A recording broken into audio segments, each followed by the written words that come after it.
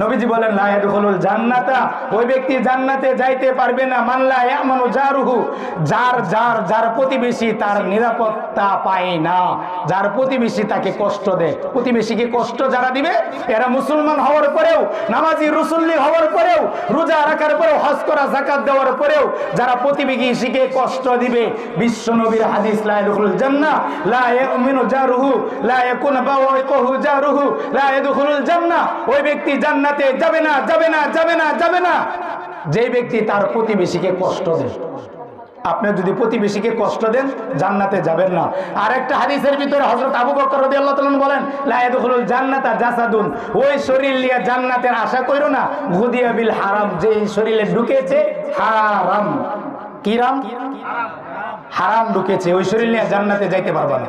সম্মানিত ভাইরা আমার, আপনার জন্য আমার জন্য 5টা নসিহত। 1, হালাল খান, নেক আমল করেন। 2, নামাজ পড়েন। 3, মা বাবার খেদমত করেন। 4, প্রতিবেশীকে কষ্ট দেন না। 5 নম্বর, ঋণ লইয়া মইরেন না।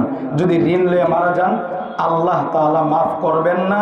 নবীজির হাদিস, যে ব্যক্তি ঋণ লইয়া মারা যাবে তার নেক আমল সেই ব্যক্তি ততদিন পর্যন্ত ঝুলন্ত অবস্থায় থাকবে যতদিন ঋণ পরিশোধ না করবে।